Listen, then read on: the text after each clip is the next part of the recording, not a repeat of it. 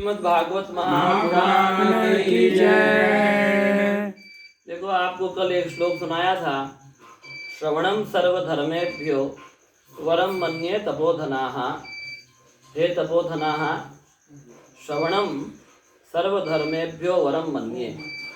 नारद जी कहते हैं कि हे सनक सनंदन सनातन सनत कुमारों, मैं ऐसा मानता हूँ कि श्रवण करना सबसे बड़ा धर्म है।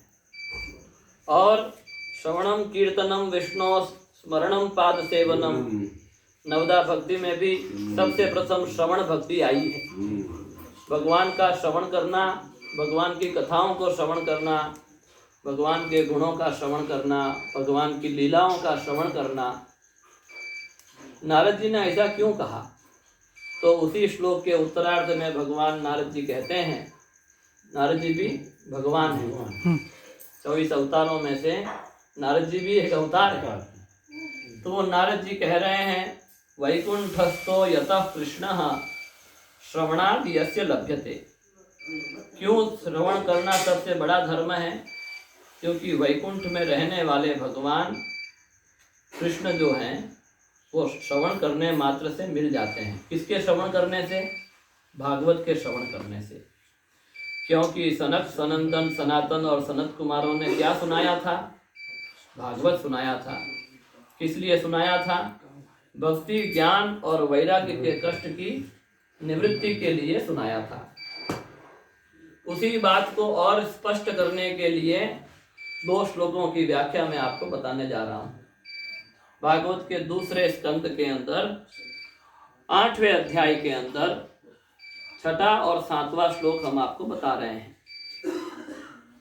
5वां और 6ठा श्लोक कहते हैं, प्रविष्टः कर्णरंध्रेण स्वानां भावसरोरुहं धुनोति शमलं कृष्णः सलिलस्य यथा शरत्। भगवान श्री कृष्ण जो हैं सभी प्रकार के पापों को, कश्मलों को, जो मलिनता हमारे अंतःकरण में आई हुई है, उन सभी प्रकार की मलिनताओं को, गंदगी को भगवान श्री कृष्ण जो है वो धो देते हैं।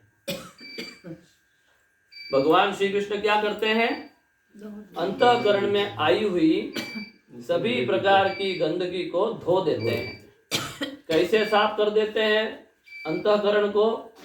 जैसे नदियों का जल शरद ऋतु में पवित्र हो जाता है। वर्षा ऋतु के बाद में शरद ऋतु आती है। वर्षा ऋतु के अंदर नदियां जब उफान पे आ जाती हैं तो उसमें खूब सारा कचरा साथ में बहता हुआ नजर आता है। लेकिन जैसे ही शरद ऋतु आएगी तो सारा कचरा किनारे पे लग जाएगा और नदी का जल एकदम स्वच्छ हो जाएगा।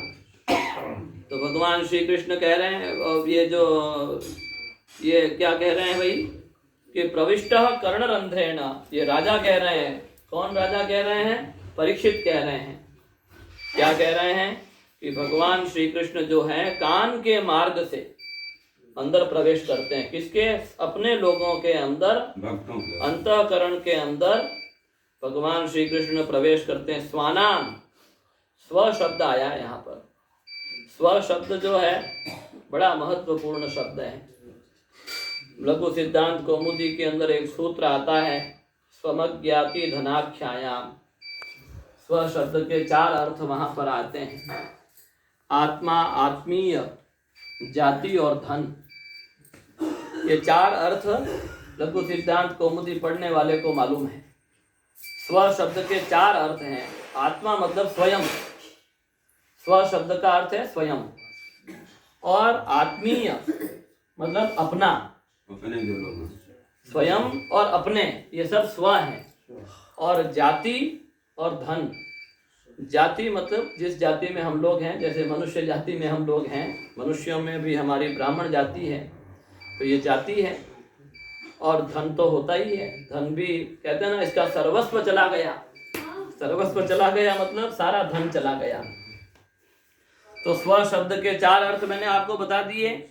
यहाँ पर स्वानाम षष्ठी बहुवचन का प्रयोग जो है उसका अर्थ है अपने लोगों के अंतःकरण के अंदर भगवान श्री कृष्ण कान के मार्ग से प्रवेश करते हैं और क्या करते हैं? धुनोति शमलम कृष्ण, सारी गंदगी को धो डालते हैं। कहते हैं उसकी बड़ी अच्छी खासी धुलाई कर दी। धुलाई कर दी मतलब उसको शिक्षा दे दिया, उसको समझा दिया। तो ऐसे भगवान श्री कृष्ण अंतःकरण में प्रवेश करके सभी प्रकार के गंदगी को धो डालते हैं। उस व्यक्ति को उसका अंतःकरण शुद्ध बना देते हैं। जैसे ही उसका शुद्ध अंतःकरण होता है तो कहते हैं ना, आहार शुद्धौ सत्व शुद्धि, सत्व शुद्धौ दृढ़ामति। सत्व कहते हैं अंतःकरण को। मन, बुद्धि, चित्त और अहंकार, इन 4 चीजों से हमारा अंतःकरण बना है। इसी को अंतःकरण चतुष्टय भी बोलते हैं और अंतःकरण भी बोलते हैं। तो भगवान अंतःकरण को क्या करेंगे? पवित्र कर देंगे। और सत्व शुद्धौ दृढ़ामति, जैसे ही अंतःकरण पवित्र होगा तो आपकी भगवान के अंदर बुद्धि दृढ़ हो जाएगी। एक बार बुद्धि दृढ़ हो गई तो भगवत गीता के अंदर क्या आया है? भगवान कहते हैं, मय्येव मन आधत्स्व मयि बुद्धिं निवेशय। 12वें अध्याय में कहते हैं भगवान भक्ति योग में कि मेरे अंदर मन लगाओ और मेरे अंदर बुद्धि लगाओ। भगवान को क्या पसंद है? मन और बुद्धि पसंद है। भगवान कहते हैं मन और बुद्धि मेरे अंदर लगाओ।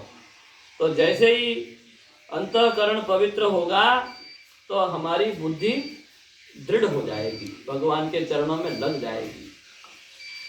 देखो, आपको मैं बताऊं, अंतःकरण पवित्र करने का सबसे सरल उपाय है भगवान की कथा का श्रवण करना, ऐसे दिव्य ग्रंथों का पाठ सुनना। इससे पाप नष्ट हो जाते हैं, पुण्यों की उत्पत्ति होती है और अंतःकरण पवित्र हो जाता है। उसके बाद में भगवान यहाँ पर राजा परीक्षित क्या कह रहे हैं? धौतात्मा पुरुषः कृष्ण पादमूलम न मुंचति। धौतात्मा, पवित्रात्मा, पूतात्मा। धौतात्मा का मतलब पूतात्मा, पवित्रात्मा। धौतात्मा मतलब जो पवित्र अंतःकरण वाला जो वो व्यक्ति हो जाता है। पवित्र अंतःकरण किससे हुआ? भगवान का ये भागवत सुनने से हुआ। तो ऐसा जो व्यक्ति है फिर वो भगवान श्री कृष्ण के चरण कमलों को नहीं छोड़ता है। कृष्ण पाद मूलम न मुंचति। कृष्ण भगवान के चरण कमलों को वह नहीं छोड़ता है। क्यों नहीं छोड़ता है जी?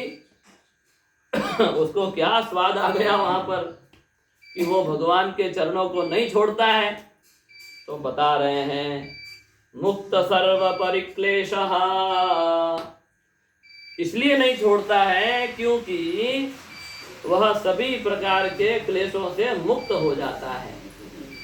उदाहरण दे रहे हैं, पांथः स्वशरणं यथा। जैसे पथिक को अपना घर मिल जावे, बहुत लंबे समय से यात्रा चल रही हो, फिर जब घर मिल जाता है ना तो कितनी शांति मिलती है। पांथः स्वशरणं यथा। जैसे यात्रा करने वाले को अपनी मंजिल मिल जावे, अपना लक्ष्य मिल जावे, अपने घर को वो पहुंच जाता है, तो कैसे वो सभी प्रकार के क्लेशों से मुक्त हो जाता है। यात्रा की थकान सब मिट जाती है। अपना घर, घर वाले, अमृतम प्रिय दर्शनम, पत्नी, बच्चे, माता पिता, अपना स्वयं का घर, अपना कमरा, अपनी सब सुविधा जब मिलती है तो सब प्रकार की यात्रा में कितना भी क्लेश हुआ हो एक बार शांति पड़ जाती है। तो ऐसे ही इन 2 श्लोकों को बहुत बढ़िया से अनुसंधान कीजिए। अशेष संक्लेश समम विधत्ते गुणानुवाद श्रवणम मुरारे है। भगवान मुरारी के जो गुणों का श्रवण है या उनको कहना है, उससे क्या होता है? अशेष संक्लेश समम विधत्ते। भगवान के गुणों का श्रवण और वर्णन अशेष रूप से सभी प्रकार के क्लेशों का शमन कर देता है। अशेष संक्लेश समम विधत्ते गुणानुवादम श्रवणम मुरारे है। मुरारी का गुणानुवाद जो है